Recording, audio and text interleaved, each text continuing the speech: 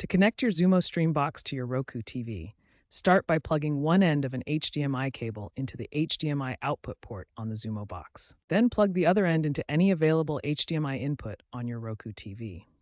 Next, power on both the Xumo Stream box and your Roku TV. The TV should automatically detect the HDMI input and display the Xumo content. If the Roku doesn't automatically detect the Xumo, use your Roku remote to go to Settings, then TV Inputs, and select the correct HDMI port.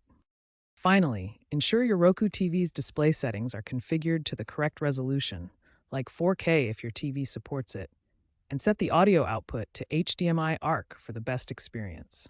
For seamless remote control, enable CEC, which allows one remote to control multiple devices. First, on your Roku TV, go to Settings, then System, control other devices, and enable CEC. Similarly, on the Xumo Stream box, navigate to Settings, System, HDMI, and enable CEC. Now, your Roku remote can control the Xumo, including powering it on or off and adjusting the volume. If you encounter issues like no signal, double-check HDMI cable connections or try a different HDMI port.